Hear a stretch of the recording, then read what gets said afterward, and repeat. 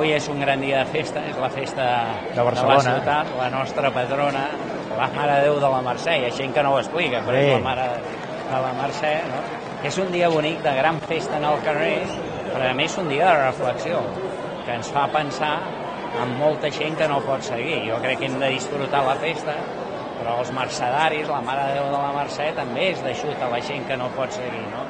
I en dies com aquests hem de pensar en tota aquella gent que té dificultats, i això va ser bonic ahir, no? Perquè va fer un pregó valent, un pregó dur, que en ocasions després dius, carai, aquest home ens està sacsejant, però sobretot va tenir una part molt bonica sobre la seva filla, una persona amb una disminució psíquica i física important, i que jo crec que va donar unes notes de tendresa i de fer-se reflexionar que jo crec que van ser extraordinàries. Jo lamento molt no haver-hi pogut ser, però ahir és que hi havia ahir era Santa Tecla i Santa Tecla és Tarragona. Santa Tecla és Tarragona, jo vaig a Tarragona, la processó, tota la festa, i una festa molt lluïda, per cert. Allà va ploure, aquí de moment encara no plou, estem al matí, però la veritat és que d'aquest pregó que deies ara doncs m'he sentit a parlar una mica, tu mateix me n'has explicat algunes coses, i a part de tot aquest tema, diguem-ne, més de sensibilitat social, personal, de l'apel·lació a la consciència de tothom, etc., que va ser una part molt intensa i molt trencadora, no? També sé que es va referir a tota la qüestió nacional catalana, el tema de la llengua, i que ho va fer, a més, en termes molt positius. No era contra ningú, sinó a favor del nostre futur, no? Com a país i com a nació. No? Crec que s'intenta plantejar diferent, no? Hi ha molta gent, diu, va ser una crida a l'independentisme. No, va ser una crida amb una reflexió profunda, no?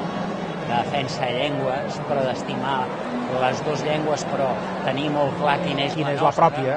Quina és la pròpia de Catalunya. Perquè va explicar la seva estada a Tenerife i com ell això el va portar a estimar la llengua espanyola i, a més, aprendre-la amb accent tinarfeny, perquè jo em volia sentir integrat. Clar, allà. Jo crec que va ser una exposició que, malgrat que hi hagi gent que ho pugui criticar, que jo crec que ens ha de fer reflexionar tots, i és un discurs d'aquests per tenir-lo. Sí, de manera de tenir-lo, i a més, home, en Margarit és una persona amb una capacitat d'actuació, a més, extraordinària, és a dir, va demostrar que, a més de ser... Que domina l'escena. Sí, a més de ser un bon enginyer, omple l'escena. Omple l'escena, molt bé. Escolta'm, bona festa de la Mercè. Gràcies, tu.